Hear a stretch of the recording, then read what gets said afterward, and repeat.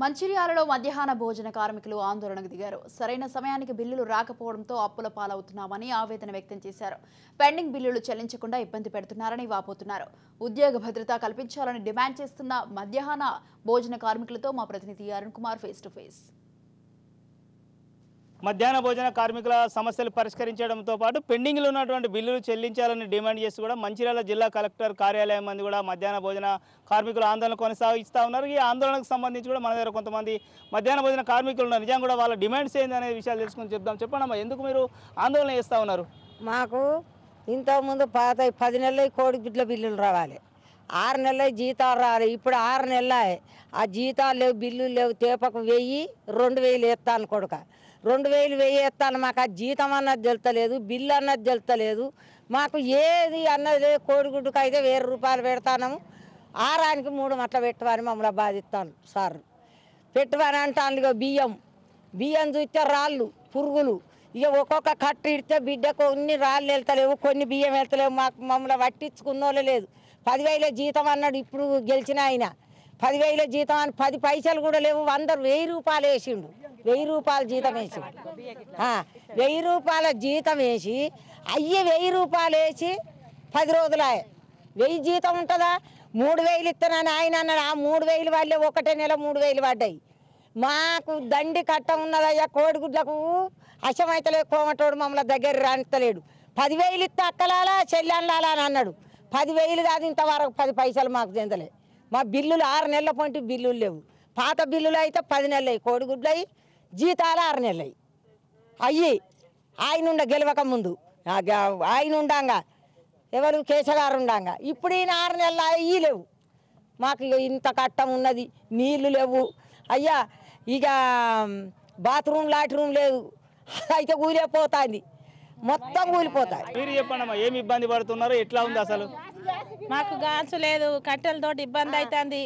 మాకు గంజులు లేవు, ఏమి లేవు. 6-7 నెలల నుంచి బిల్లులు లేవు. ఏ సావుకారి ఉద్ధరిస్తలేడు ఏడికి పోయినా కానీ. తేలేక మాకు బాకీలు తెచ్చి అప్పుల పాలవుతున్నాం. ఇక పడతాయి అగబడతాయి నాచతోటి ఈడ తీసుకొస్తున్నాం, ఆడ తీసుకొస్తున్నాం. చిట్టిలాలను ఆడనో ఇన్నో ఇల్లు ఉన్న కాడ ఏది ఇప్పుడు రూపాయి కూడా ఉట్టకుండా అయింది. ఇక మాకు రోడ్డుకి ఎక్క పరిస్థితి వచ్చింది. ఇప్పుడు 18 సంవత్సరాల నుంచి ఇక జీతం పెరుగుతుంది, ఆగ జీతం పెరుగుతుంది అని ఆశపడి చేస్తున్నాం. కళ్ళు పోయే పరిస్థితి అయింది. పొగలకు సిలిండర్ లేదు, ఏమి లేదు ఇప్పటి వరకు. ఇక మాకు అనుకున్నవి మొత్తం సాగించాలి ఇప్పటి వరకు. నిజంగా ఎట్లా ఉన్నది పరిస్థితి? అసలు బిల్లులు రావాలేదని ఇబ్బంది పడుతున్నారు. ఏం కోరుకుంటున్నారు ఈ ప్రభుత్వాన్ని? మాకు కరెక్ట్ బిల్లులు రావాలి, మాకు కరెక్ట్ పని చేయించుకోవాలి, కరెక్ట్ మాకు వేతనం దయచేయాలి. ఎందుకు అనంటే మేము కష్టపడతా ఉన్నాము పిల్లల కోసమే.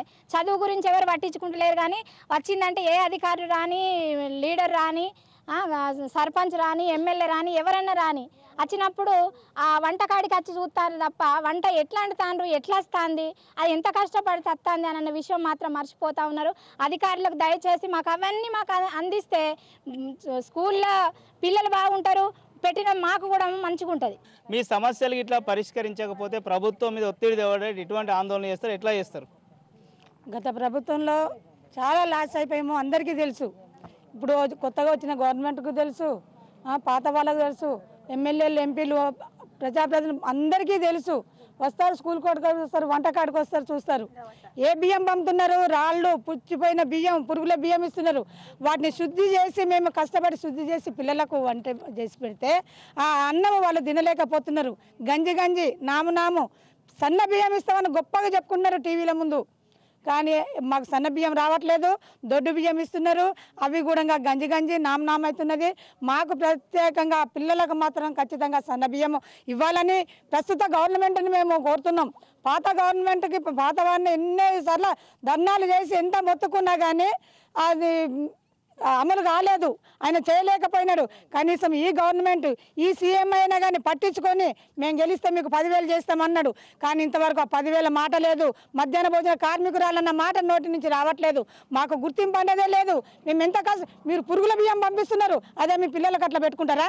ఆ పురుగుల బియ్యం వండి పెట్టాలంటే మాకే ఏడిపస్తుంది, పాపం అనిపిస్తుంది. ఇంట్లోంచి పైసలు ఖర్చు పెట్టుకొని మంచిగా కూర తయారు చేస్తే కూడా అట్లా ఆ అన్నము టేస్ట్ ఉండలేదు. అట్లా లేకపోయారు. అధికారులు వచ్చి పని వాళ్ళని తీసేస్తున్నారు, వంట వాళ్ళని తీసేస్తున్నారు. అదే బియ్యం సప్లై చేసే వాళ్ళని ఎందుకు తీస్తలేరు?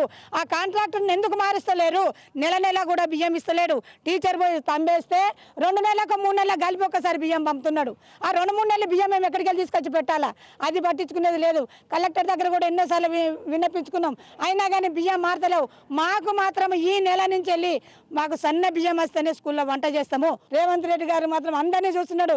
ఆ పాత సీఎం లాగా నువ్వు కూడా మమ్మల్ని మధ్యాహ్న భోజనం వాళ్ళని పట్టించుకోకపోతే అదో గతి పాలవుతారు. మమ్మల్ని పట్టించుకొని మా బాధలు తీర్చాలని చెప్పేసి సీఎం గారిని వేడుకుంటున్నాను. ప్రభుత్వం తమకు రావాల్సినటువంటి బిల్లులను సకాలంలో చెల్లించడంతో పాటు తమ అందరినీ కూడా ప్రభుత్వ ఉద్యోగులుగా గుర్తించేటువంటి ప్రయత్నం చేయాలని వీళ్ళు ప్రభుత్వాన్ని కోరుతున్నటువంటి పరిస్థితి. Camera person Srinivas, Arun Kumar, Raj news, Mancherial జిల్లా.